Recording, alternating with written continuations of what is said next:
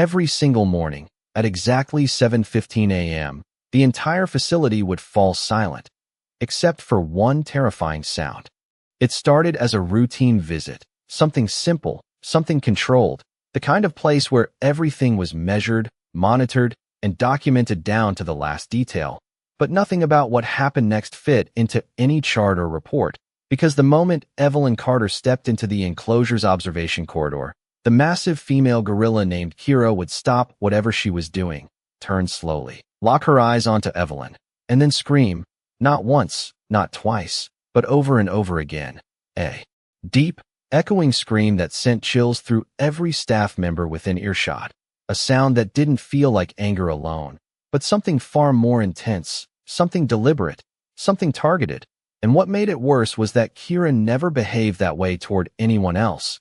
Not the senior handlers, not the volunteers, not even the veterinarians who worked with her regularly. It was only Evelyn, every single morning, without fail.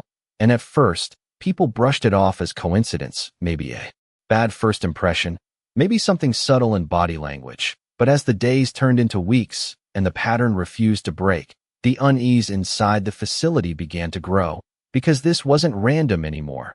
This was consistent, precise, almost as if the gorilla was waiting, anticipating the exact moment Evelyn would appear and reacting with urgency the second she did, and no one could explain why. Evelyn herself tried to stay calm, tried to laugh it off during the first few days, telling herself that animals could be unpredictable, that maybe Kira just didn't like her scent, or her voice, or even the way she walked. But deep down, something about the way those screams echoed in her chest didn't feel like simple rejection. It felt like a warning, and yet, every time she mentioned it, the others reassured her, telling her not to take it personally, reminding her that gorillas could be territorial, emotional, complex creatures with reactions that didn't always make sense to humans. But even they couldn't ignore the pattern forming right in front of them, because Kira wasn't aggressive in the usual sense. She didn't charge, she didn't throw objects, she didn't try to intimidate physically. She just stood there, gripping the bars, eyes wide, screaming directly at Evelyn as if trying to force something through that invisible barrier, as if trying to say something no one could hear. And the strangest part was what happened immediately after, because the moment Evelyn stepped back, even just a few feet away, Kira would stop instantly, the screaming would end, the tension would vanish, and she would return to her normal behavior as if nothing had happened, leaving behind a silence that felt heavier than the noise itself, a silence filled with questions no one could answer. And it didn't take long before the staff realized they were dealing with something far beyond a simple behavioral quirk, because whatever was happening here, it was happening for a reason, and none of them were ready for what that reason would turn out to be. By the second week, what had once been brushed off as an uncomfortable coincidence had turned into something the staff could no longer ignore, because Kira was not just reacting to Evelyn anymore. She was anticipating her. Long before Evelyn even reached the observation corridor, the gorilla would begin pacing, her massive frame moving in tight, controlled circles, her eyes fixed toward the entrance as if she could sense Evelyn's presence from beyond the walls. And every morning at exactly the same time, without any variation, the moment Evelyn's footsteps echoed down the hallway, Kira's behavior would shift instantly. The pacing would stop, her body would stiffen, and then that same piercing scream would erupt again, louder than before, more urgent, more desperate. And it was not the kind of sound that faded into the background. It was the kind that made conversations stop mid-sentence and caused even experienced handlers to exchange uneasy glances, because this was not typical, not even for a highly intelligent and emotionally complex animal like a gorilla. And what unsettled everyone even more was the fact that Kira's eyes never left Evelyn, not for a second, as if she was trying to hold her attention, to force her to stay, to understand something that no one else could see. And despite repeated attempts to adjust the routine, nothing changed. They tried sending a different staff member ahead of Evelyn. They tried altering the timing by a few minutes. They even had Evelyn stand at a distance behind others. But every single time, without fail, Kira would ignore everyone else completely until the exact moment she identified Evelyn. And then the screaming would begin all over again. And slowly, the mood inside the facility began to shift from curiosity to concern, because patterns like this meant something. They always did. especially with animals that relied so heavily on instinct and perception.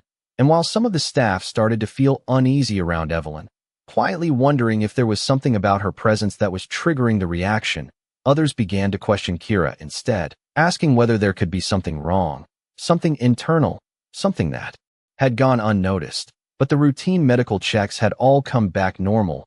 Her appetite was stable, her activity levels were consistent, and there were no visible signs of distress outside of those specific moments, which only made the situation more confusing.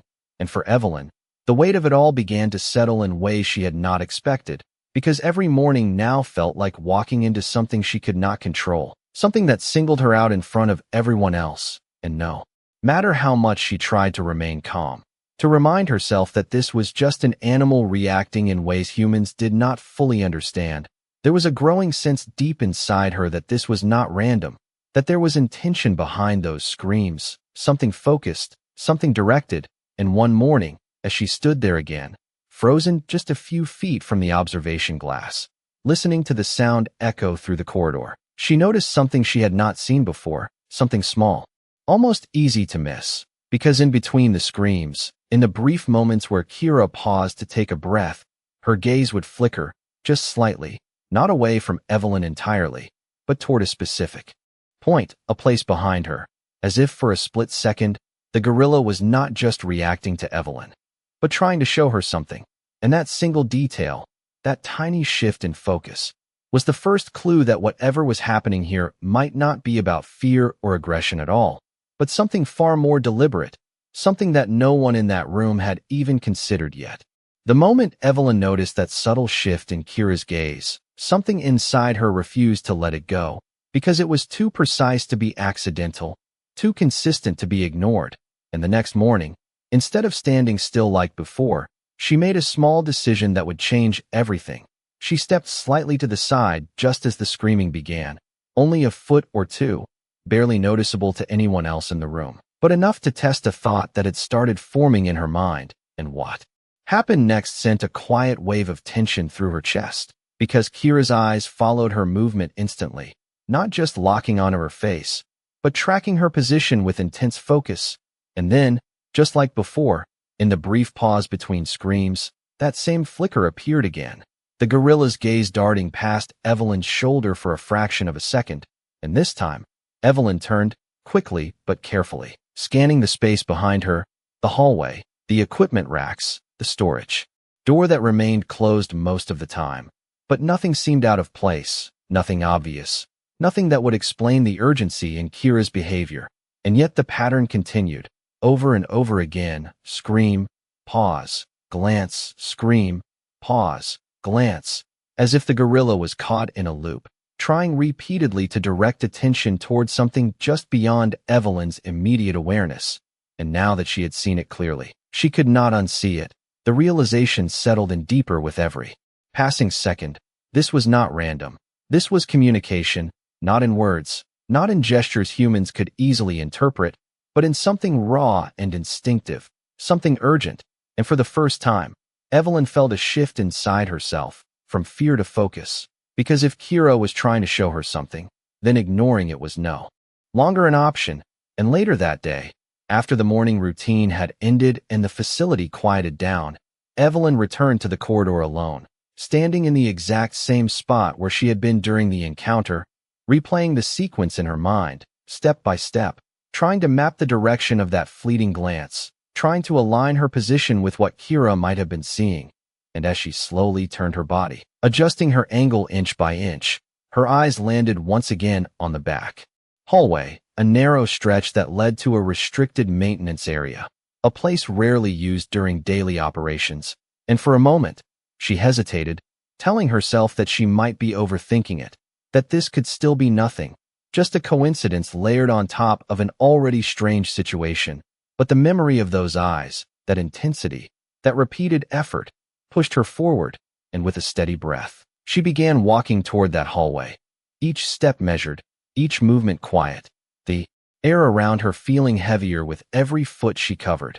And as she reached the end of the corridor, something caught her attention, not a sound, not a movement, but a detail so small it could have easily gone unnoticed: the maintenance door, usually sealed shut, was not fully closed. It was slightly ajar, just enough to leave a thin line of darkness visible between the frame and the door itself. And in that moment, a chill ran through her, not out of fear, but out of realization, because suddenly, the pieces began to connect in a way that made her heart beat just a little faster. Kira had not been screaming at her. Kira had been trying to guide her. For a few seconds, Evelyn did not move at all, her eyes fixed on that narrow opening as her mind raced through possibilities. Because maintenance doors were never left open, not in a place like this where every protocol was followed carefully, where every lock, every hinge, every entry point was part of a strict routine designed to protect both the animals and the people working there. And yet here it was, slightly ajar, as if someone had rushed through it or forgotten something important. And the deeper realization began to settle in, the kind that made her chest tighten just enough to force her to take a slow breath. Because if this door had been open earlier that morning, if it had been like this when she stood in front of Kira, then the direction of those glances suddenly made perfect sense. And without fully realizing it, Evelyn took a step closer, then another, her footsteps softer now, more cautious, as if the quiet itself mattered, as if whatever was beyond that door required her to move carefully. And as she reached out, her hand hovering just inches from the handle, she hesitated again, not out of fear, but out of the weight of what she might find, because something about this did not feel accidental anymore.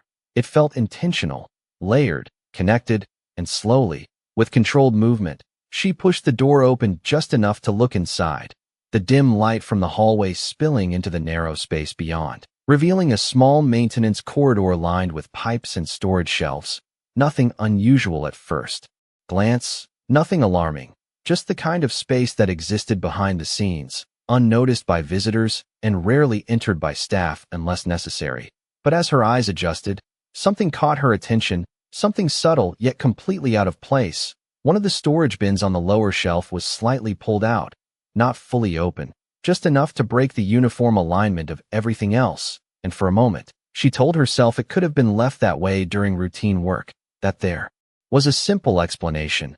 But the timing, the pattern, the repeated urgency from Kira, all of it pushed her forward again, and she stepped inside, the door quietly shifting behind her as she moved closer to the shelf, her focus narrowing onto that single detail.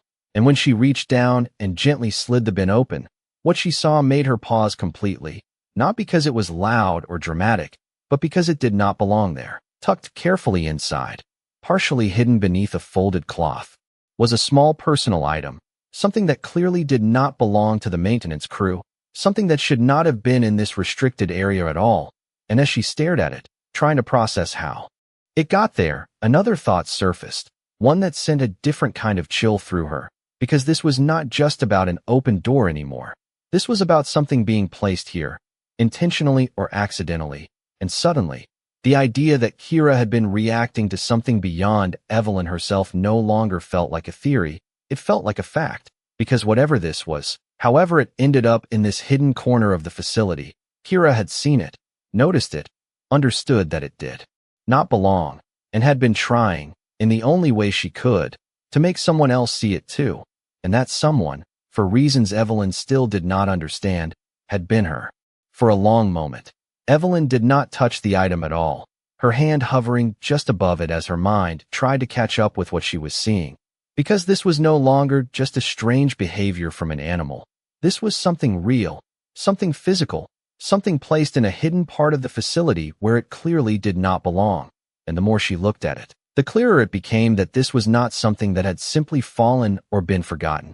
It had been tucked away, partially covered, almost as if someone did not want it to be easily found.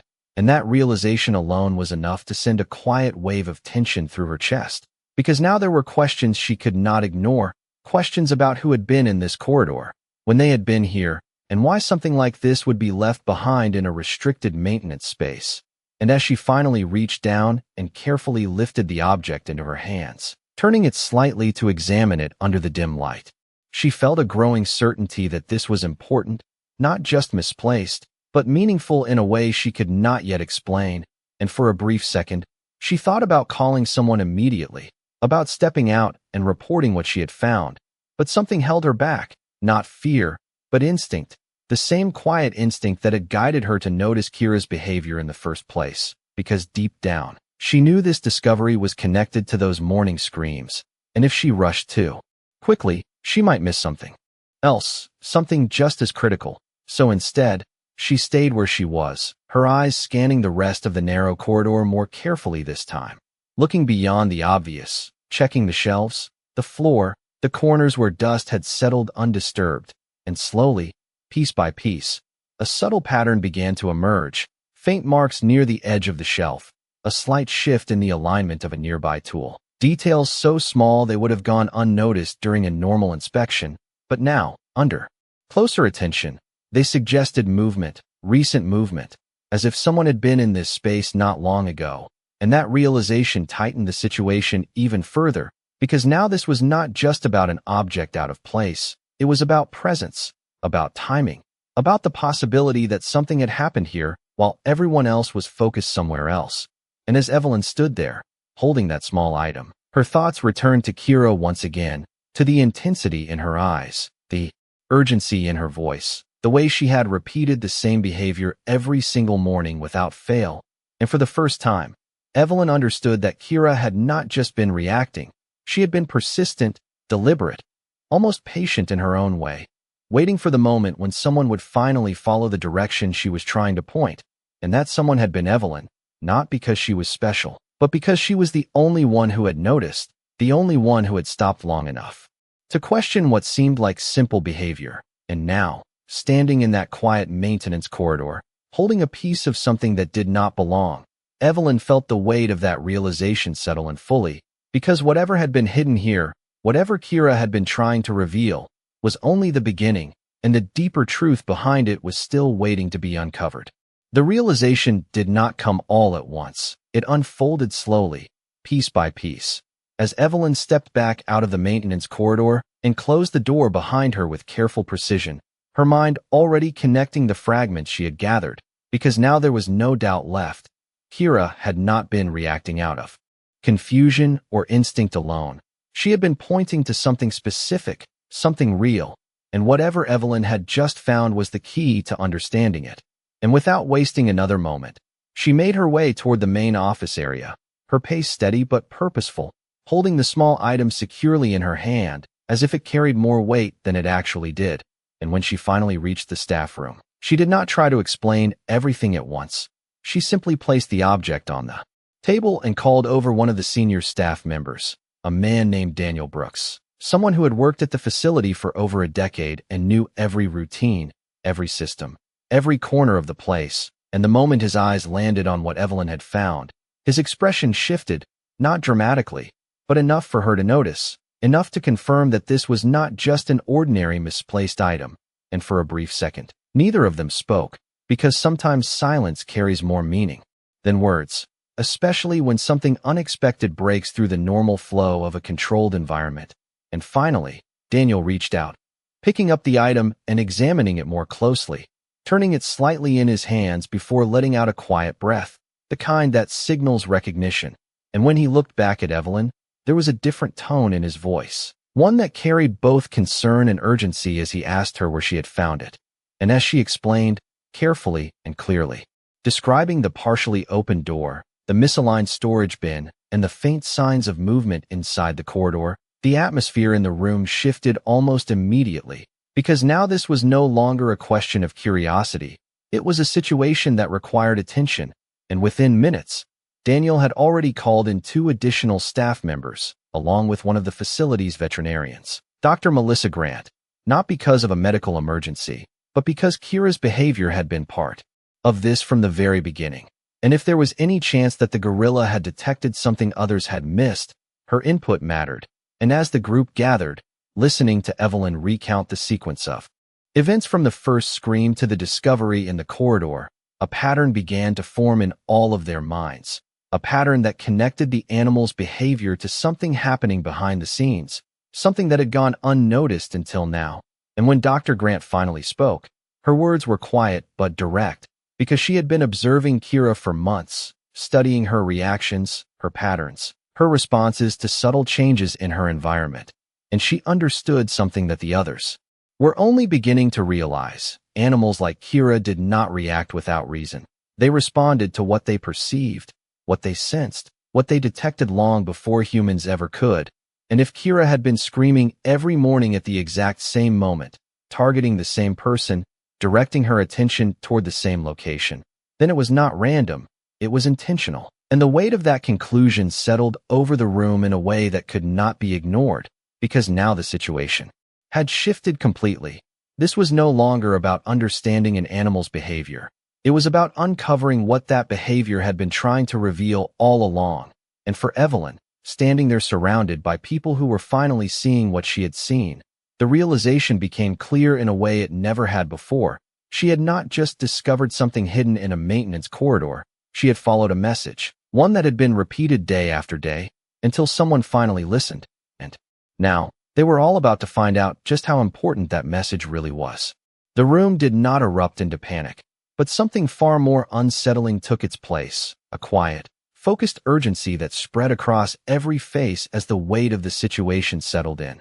Because now that they understood Kira had been reacting to something real, something hidden within their own facility, there was no room left for assumptions or delays, and within minutes, Daniel organized a small internal review, not a full alarm. Not yet, but enough to begin tracing back every detail connected to what Evelyn had discovered, starting with the item itself, which Dr. Grant carefully examined under better lighting, turning it slowly as her expression tightened in a way that confirmed what no one wanted to say out loud.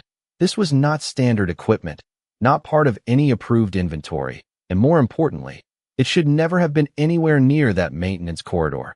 And as they began cross-checking recent logs, access records, and staff schedules, a pattern started to emerge, subtle at first, but impossible to ignore once it was seen. There had been a few irregular entries into that restricted area over the past week. Nothing dramatic, nothing that triggered immediate concern at the time, just small inconsistencies. A door opened slightly outside normal maintenance hours, a brief entry logged under a generic access code. The kind of details that would usually blend into the background of a busy operation, but now, placed against everything Evelyn had uncovered and everything Kira had been signaling. Those details carried a completely different meaning, and as the timeline came together, one fact stood out above all the others. The activity had begun just days before Kira's behavior changed, not weeks, not months, but almost immediately before those morning reactions started. And that connection alone was enough to shift the entire perspective of the room, because it meant Kira had noticed the change almost instantly, long before any human had even thought to question it. And when Evelyn heard that, a quiet realization moved through her, not fear, not confusion, but something deeper, something that felt almost like respect, because the animal they had been observing, studying, and trying to interpret had been aware of something they had completely missed. Something subtle yet important enough to trigger that relentless response every single day. And as Daniel leaned back slightly, looking at the group with a more serious expression than before, he made it clear that this was no longer just an internal curiosity.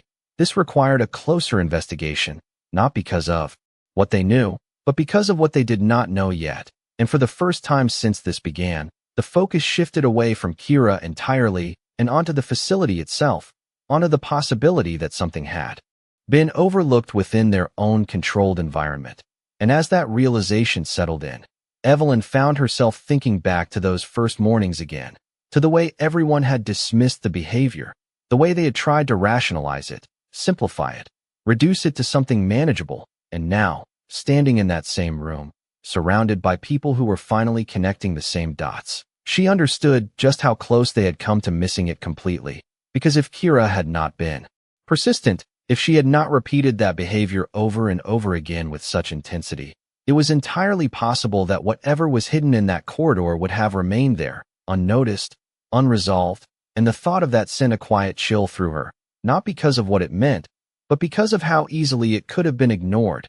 And as the team prepared to take the next step, to look deeper into the inconsistencies and uncover what had really been happening behind the scenes, one thing was already clear to everyone in that room.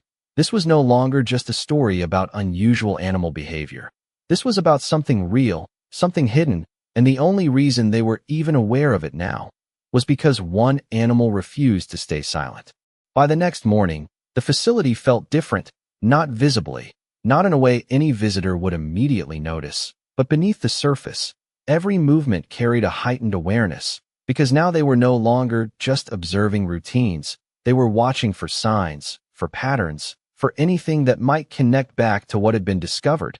And when Evelyn stepped into the observation corridor again, there was a quiet tension in the air, not just from her, but from the staff.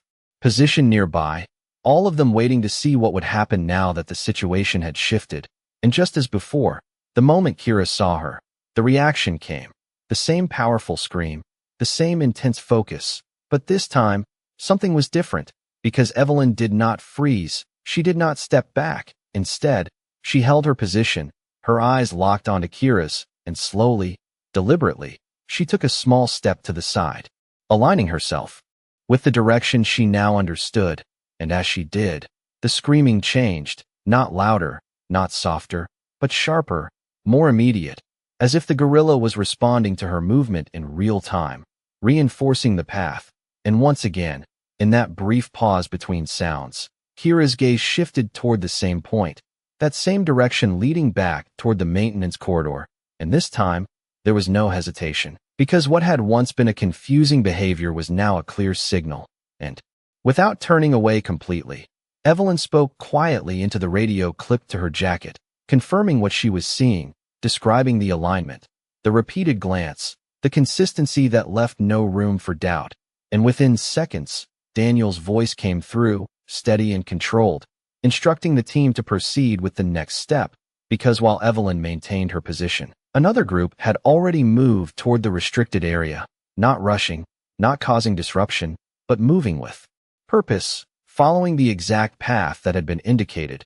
And as they reached the maintenance door, the same one Evelyn had found partially open the day before, they paused for just a moment, exchanging a quick look before carefully opening it again, stepping inside with a level of attention that matched the seriousness of the situation.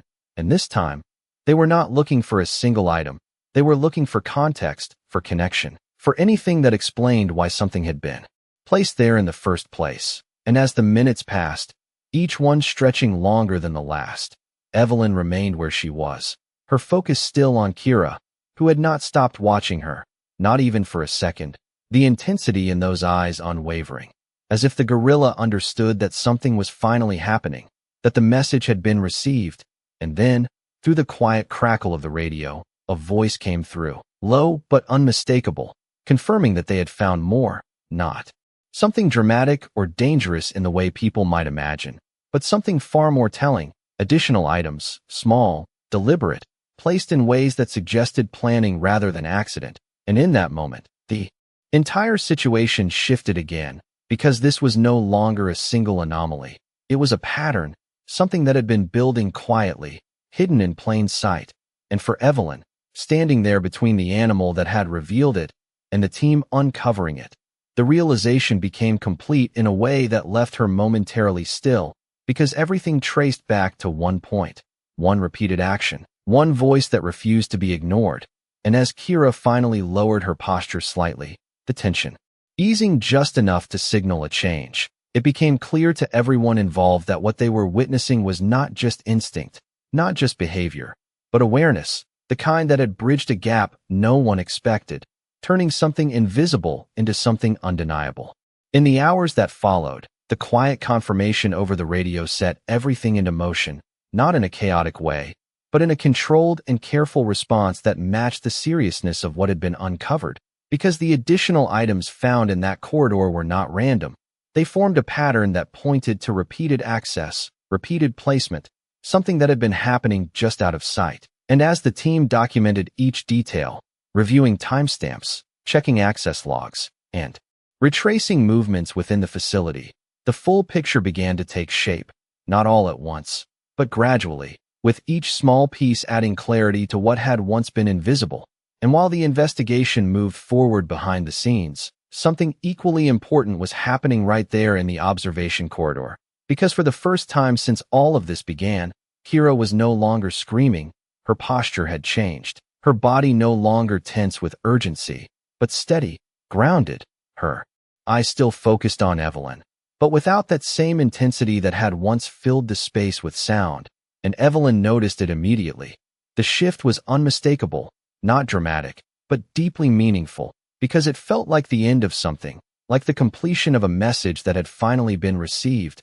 And as she stood there, just a few feet from the glass, she found herself doing something she had not done before. She stayed, not out of obligation, not out of routine, but out of understanding, because now she knew that every moment leading up to this had been part of something larger, something that neither of them could have explained at the beginning. And slowly, almost instinctively, she raised her hand, placing it gently against the glass, not expecting anything in return, just acknowledging the connection that had formed through days of confusion and realization.